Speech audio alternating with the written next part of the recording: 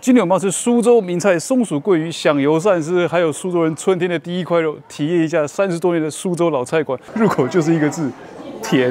不过在之前呢，我们先到平江老街体验一下苏州江南水乡的风情，还吃小吃，走吧。那平江路的平江其实是苏州宋朝时候的古称，所以这个平江路啊，在唐宋时期可是苏州的主干道。南宋的平江图，也就是苏州市的地图上面，就明确的标了这一条街。1000多年以来啊，这个边的格局啊，维持得非常完好，也就是一条小路，一条小河，然后有一些小桥连接两岸的人家，就是从居民住的地方呢，变成了一个非常热门的景区。周2的午后，人头钻动啊，真的是没有想到会有这样的情况。我还以为我可以一个人悠悠静静的欣赏一下江南水乡最老的时候的样子，现在也别有一番滋味，也可以。以前居民的日常啊，现在就变成付费旅游体验。老实说，我也蛮想体验一下的。而且不知道是不是我错觉，我怎么觉得以前好像没有这么多穿汉服的小姐姐到处拍照，也算是个新兴的旅游产业了，挺不错的。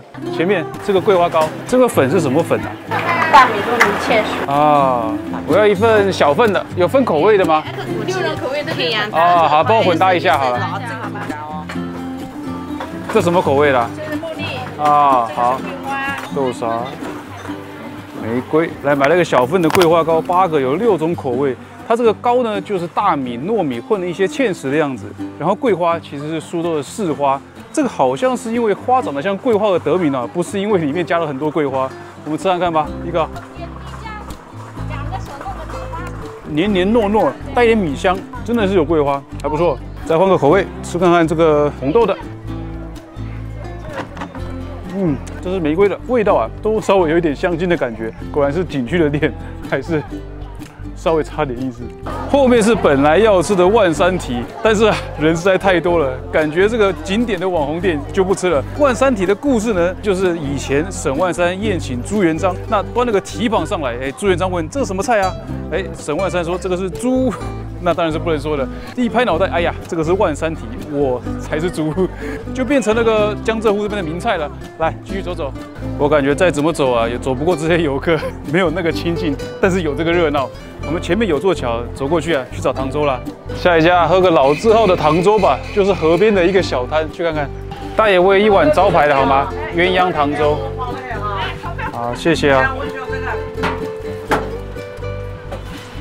再加上糖粥，你马上吃，马上吃，马上吃。好，谢谢。来买了糖粥，没地方坐，就旁边的包子铺借了个位置，顺便买了个青团。那我点的是鸳鸯糖粥，就是有红豆泥、赤豆泥配上这个糖粥。糖粥看起来嘛，就像是米粒加了糖去煮的，试看看。甜糯糯的，糖度有点高啊。原来苏州人小时候的甜蜜蜜是这样子来的。然后我刚刚看到摊子旁边呢，有一台很老旧的脚踏车，我就问老爷爷是不是他的，他说，每天早上他就熬好的糖粥还有这个赤豆羹呢，就搬到脚踏车上面，然后骑过来这个摊子放。听他这样讲呢，就是有一种岁月静好的感觉，几十年前就是这样吃糖粥的。来，再吃看看这个红豆泥。不过准确的来说呢，这应该是桂花赤豆羹，在中国啊至少1600年的历史。试看。哇，糊状的，入口即化，剩下红豆的那个香气在嘴边，还有一点点那种桂花的感觉。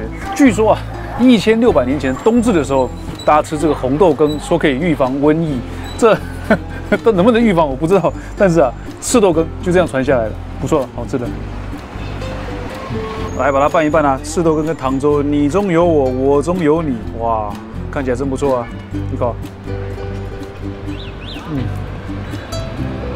老实说，真的有点甜，可能这个就是大家小时候的味道。来试试看，跟老爷爷聊聊天，还是挺不错的。来，还有一个青团，这个也是现在时令的点心。不过下一集嘛，应该还是会吃青团，这个就不多讲解了，试试看。外皮 Q 弹，里面红豆沙完全不甜，不知道是不是因为糖粥太甜的关系。而且我吃着吃着，怎么感觉有点虾米的味道？大爷，好吃，跟你说个拜拜，谢谢哈，拜拜。来下一家也是很有苏州特色的酒酿饼，去试看看。一个玫瑰的，一个薄荷的，一个豆沙的，72块对的，16个。你好，猪肉豆沙素净各一个好吗？这个是豆沙哈。还有我的。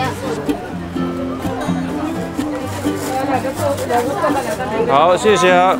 拿到我酒酿饼啦，买了3个口味，人实在太多了，找个地方吃吧，走。来，找不到地方吃，我们就在北市塔旁边吃吧。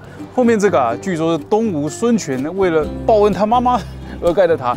那现在的建筑呢，是从南宋一直传到现在，接近1000年了，很长一段时间啊，都是苏州第一高塔，挺难得的。来，我们试试看这个酒酿饼啊，随便拿了一个，不知道什么口味啦，就当开盲盒啦。这个叫酒酿饼呢，是因为它的面皮里面加了酒酿，试试看啊。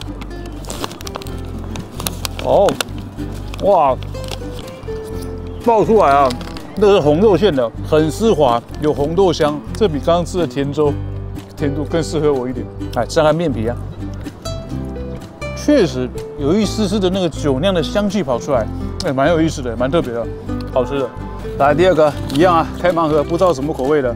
不过这个啊，两面煎的焦焦脆脆的，确实口感不错。你看啊，哦，猪肉包，肉馅挺鲜甜的。不过这可能没有那么新鲜，有点黏口。最后一个就是净素馅啦，你口啊，木耳弹带点笋的脆，酥包子包进了酒酿饼里面，整体讲起来，我感觉还是豆沙的最好吃。其他的嘛，就看你口味了，试试也不错。来，前面今天重头戏的苏帮菜馆，我们就吃这个开了30年的协和菜馆吧。走，去试看看。一块酱汁肉，好的。一个松鼠桂鱼，再来一个酒香金花菜好了。好炒合。金花菜，这是时令的对吧？对。哦，料直接加在上面了。哇。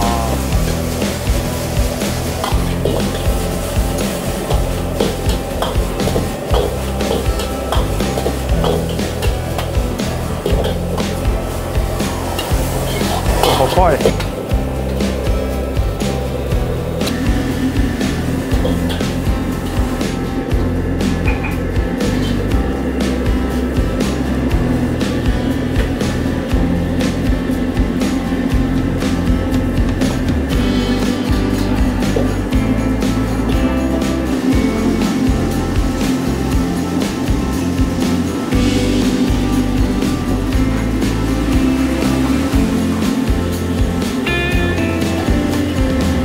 这个是要淋的茄汁，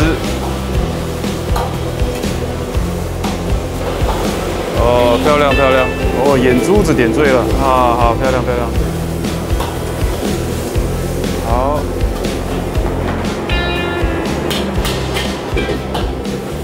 好，谢谢，好，谢谢。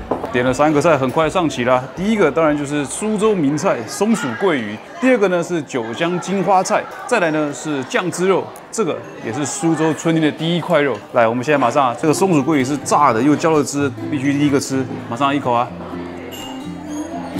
这个其实就是茄汁油炸鱼，酸甜口，带点茄汁香，微微带点酥，鱼肉呢挺嫩的，你细细品呢，确实还是会有一点那种淡水鱼的土腥味。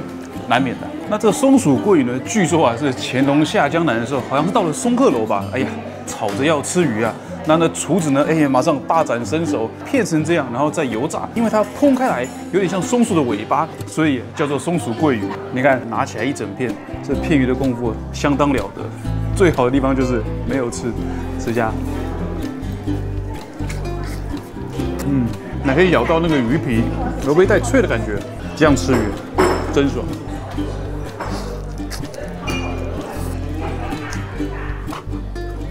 太大口。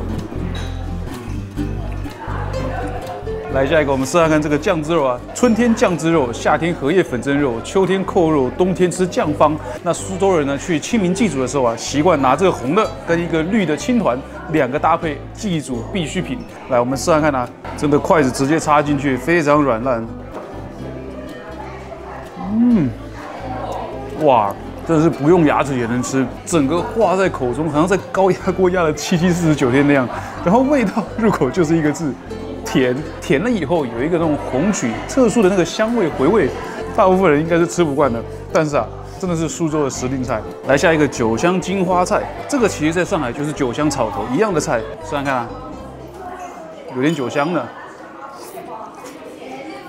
蒜嫩金花菜的那个香味以外，还要加个酒香味。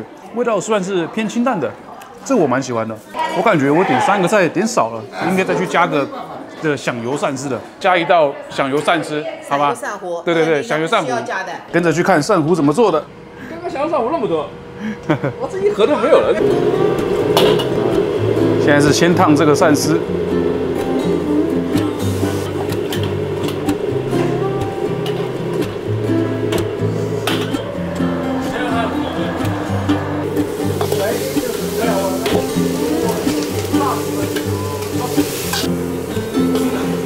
稍微爆香。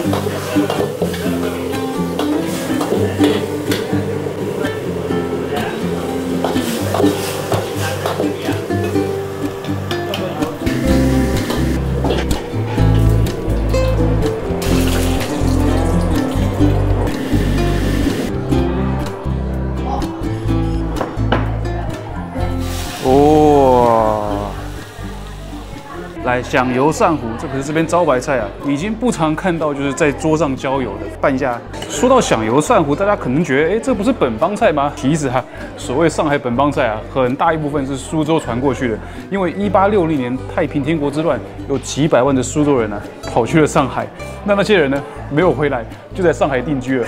所以嘛，其实你会发现苏州菜跟上海所谓的本帮菜非常多的共同点。我们现在马上吃看看啊。肉质细腻，那浓油赤酱的酱香，配上那个胡椒粉在后面，踢你一脚，不错，好吃，蛮喜欢的。那苏州这边是江南水乡嘛，捕收啊，田里啊，河边啊，其实都是黄鳝，所以野生黄鳝抓起来直接做各种料理啊，就这边的特色。我之前在南京吃的那个软豆面也是一级棒，不错，好吃的。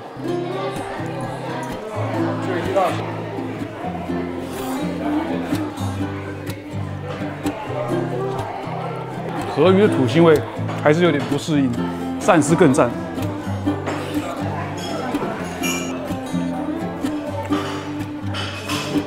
谢谢，拜拜，拜拜，谢谢。您先请。好，谢谢老板哈。好，拜拜，谢谢老板。大厨走了，拜拜。好，谢谢，拜拜。好了，那就吃完这个姑苏老字号了，这应该开了30几年了吧？来吃的呢，其实都是老人家结伴来吃，我觉得味道还是不错的，而且现在能够让你拍厨房的餐厅越来越少了。那大家有机会来也可以试试，不过姑苏口味嘛，本帮口味嘛，大家还是要慎重一点，不一定吃得惯啊。那今天这一天吃下来，大家感觉如何呢？好了，就这样了，拜拜。